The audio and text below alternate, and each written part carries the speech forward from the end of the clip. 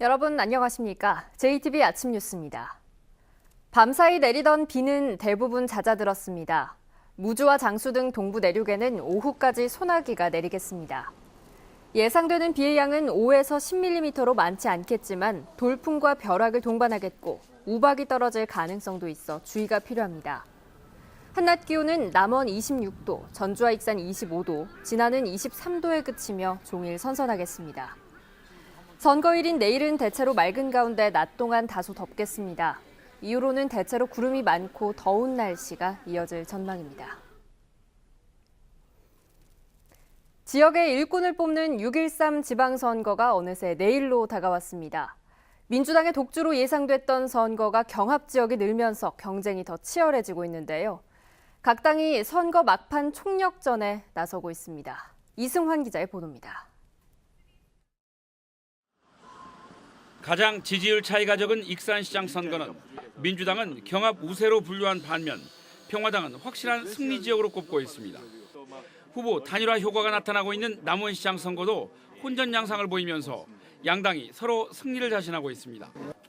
민주당은 이들 지역 이외에도 임실과 무주를 경합 열세 지역으로 보고 남은 시간 당 차원의 지원을 집중한다는 계획입니다. 중앙에 유력 인사들을 투입해서 지원 유세를 하고 또 다른 다양한 폭을 가지고 지원함으로써 마지막까지 승리할 수 있도록 최선을 다할 생각입니다. 평화당은 익산과 남원은 물론 고창도 승기를 잡았고 김제 정읍도 사정권에 들어왔다며 최소한 5곳에서 승리를 자신했습니다.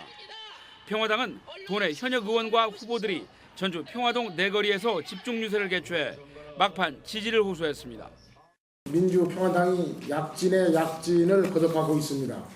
2016년 국민의당 돌풍이 6.13 지방선거에서는 민주평화당의 태풍으로 그 위용을 드러낼 것입니다. 심상정 정의당 호남 선대본부장도 전북을 찾아 비례대표에 대한 당 지지율이 크게 오르고 있다면서 권태웅 후보와 20여 명의 광역 기초의원 후보들을 선택해달라고 말했습니다. 이곳 전북에서부터 정의당을 제1야당 만들어주시고 대한야당으로 키워주시기 바랍니다. 저희 정의당이 다른 정치를 보여드릴 것입니다. 자유한국당과 바른미래당도 선거 막판 유세 당력을 모으고 민중당도 다시 한번 지지를 호소했습니다. JTB 뉴스 이승환입니다. 유권자들의 선택을 돕기 위해 전주방송이 마련한 지방선거 후보자 초청 토론회. 전북교육감 후보들의 세 번째 토론회가 어제 열렸습니다. 4명의 후보들은 정책과 자질을 놓고 열띤 공방을 벌였습니다. 조창현 기자입니다. 보육 예산 문제로 수많은 사람들이 투표율이 이틀 앞으로 다가온 만큼 후보들은 자신의 장점을 부각하며 마지막 지지를 호소했습니다. 이제 한 번 더 기회를 주십시오. 압도적인 지지를 저에게 보여주십시오. 3선의 중량감을 분명히 확인해 드리겠습니다. 전북 교육 예산 획기적으로 늘리겠습니다. 공정하고 투명한 인사, 청렴한 교육 행정 펼치겠습니다. 4년 동안 온 힘을 다해 아이들만을 돌보겠습니다. 눈치 보지 않고 이제까지 살아왔던 것처럼 소신껏 하겠습니다. 진정으로 학생을 위한 교육감을 만들어 주십시오. 충분한 교육 예산을 확보하겠습니다. 능력 있는 교육감이 되겠습니다. 토론 과정에서 상대 후보의 약점을 공격하는 인신공격성 발언도 나왔습니다. 전북대 총장 8년 재직 시절에 정권과 소통을 아주 잘했습니다. 본인의 표현대로라면 줄대기를 아주 잘하신 겁니다. 임종 전에 장남인 김 후보의 얼굴을 한 번만 보자 간절히 염원했지만 거부하고 아버지 장례는 물론 호주 상속까지 거부했다 하셨어요. 아니, 학위 종류도 모르고 학위를 받으신 것 같아요. 그러면 무지의 소치입니다. 학위 과정은 이수하셨습니다. 위원장인 황 후보도 공동 책임이 있는 거 아닙니까? 현재 재판 중이긴 하지만 평교사를 교장에 임명할 수 있는 내부형 공모제에 대해서 4명 후보 모두 찬성하는 입장을 밝혔습니다. 자유학년제 등 진로 교육과 관련해서는 모든 후보들이 중요하고 빠를수록 좋다는 데 입장을 같이 했지만 추진 방향에 대해서는 미묘한 차이를 보였습니다. JTB 뉴스 조창현입니다.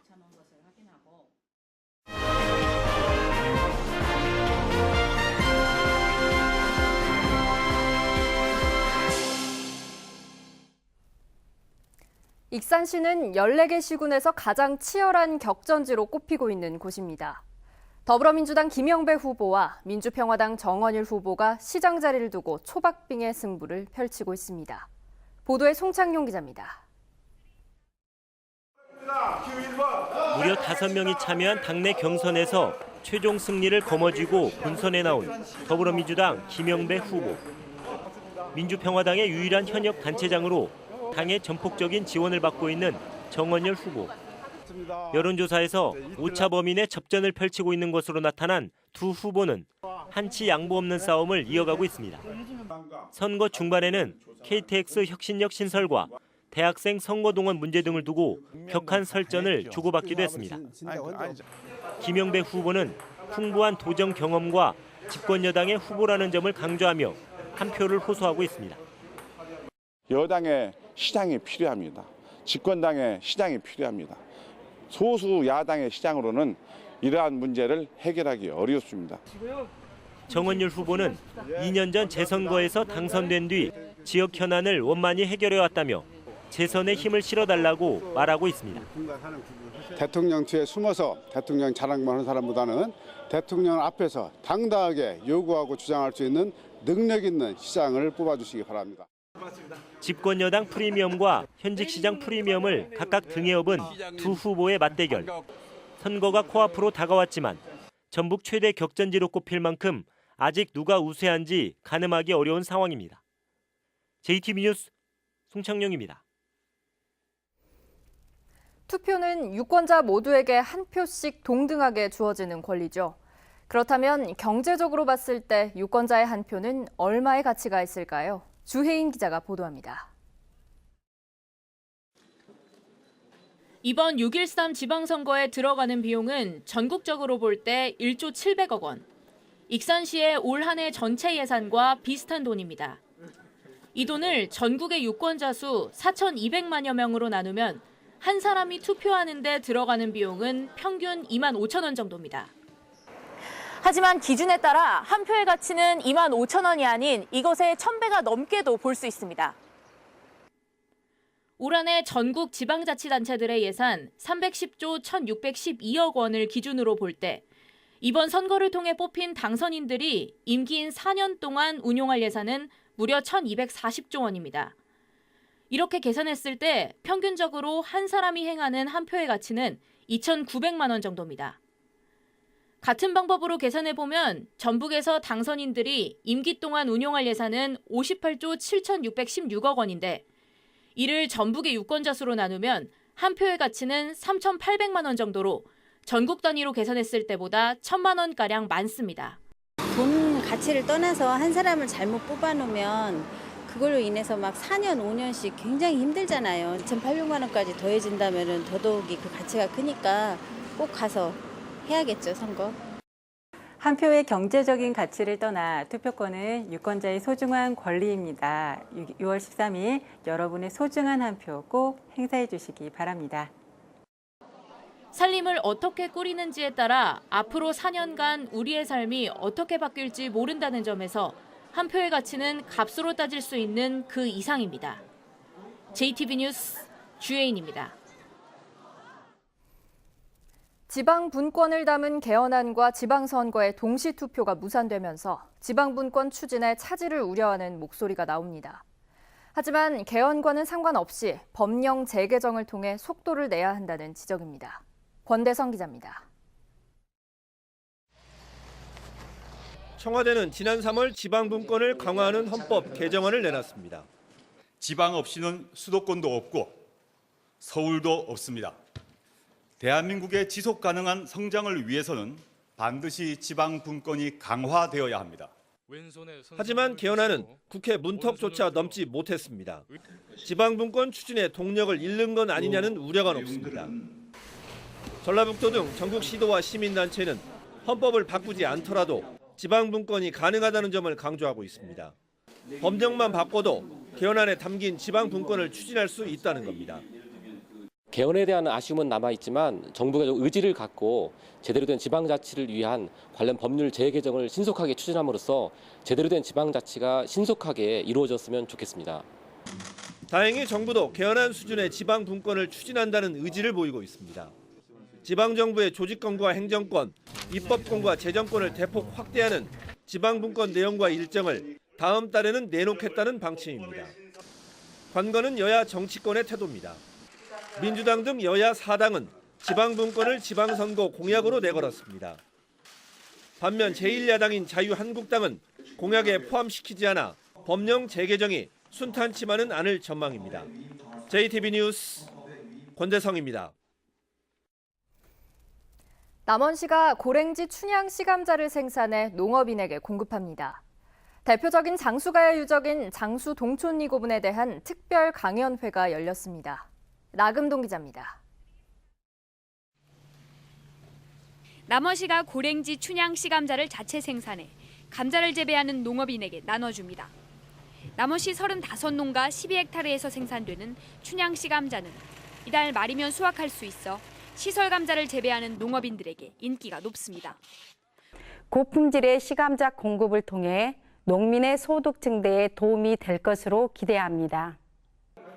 호남 지방의 대표적인 가야 유적인 장수 동촌리 고분에 대한 특별 강연회가 지난 8일 장수군 한누리 전당에서 열렸습니다. 강연회에서는 금관가야, 아라가야, 소가야, 대가야 권역 등에서 출토된 토기를 분류, 특성을 설명하고 장수가야의 뿌리를 알아보는 시간을 가졌습니다.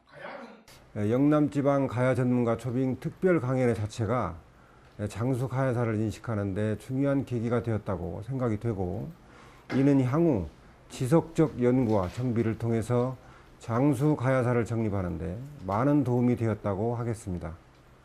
완주군이 올해부터 2021년까지 4년 동안 59억 원을 투입해 소양면 농촌 중심지 활성화 사업을 벌입니다. 올해 기본 계획을 확정한 뒤 내년 하반기에는 본격적인 공사에 들어갑니다. 본격적인 보리와 밀 수확철을 맞아 부안군 농업기술센터가 수확 요령을 보급합니다. 센터는 올해 예년보다 잦은 비와 높은 습도로 붉은 곰팡이병이 쉽게 발생할 수 있다며 수확 즉시 건조한 뒤 적정한 온도와 습도의 저장고에 보관할 것을 당부했습니다. JTB 뉴스 나금동입니다. 전현직 군수가 나선 순창군수 선거에서 양측이 치열한 신경전을 벌이고 있습니다.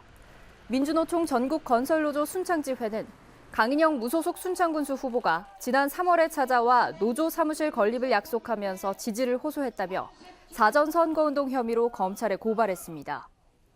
강인영 후보 측은 이와는 별도로 전국적으로 보기 드문 관권 선거가 진행되고 있다며 황숙주 민주당 순창군수 후보 측을 겨냥했습니다. 순창군수 선거가 치열해지면서 이 지역 사전투표율이 전국에서 가장 높은 42.14%를 기록하기도 했습니다. 선거가 막바지로 향하면서 선거법 위반 행위가 급증하고 있습니다.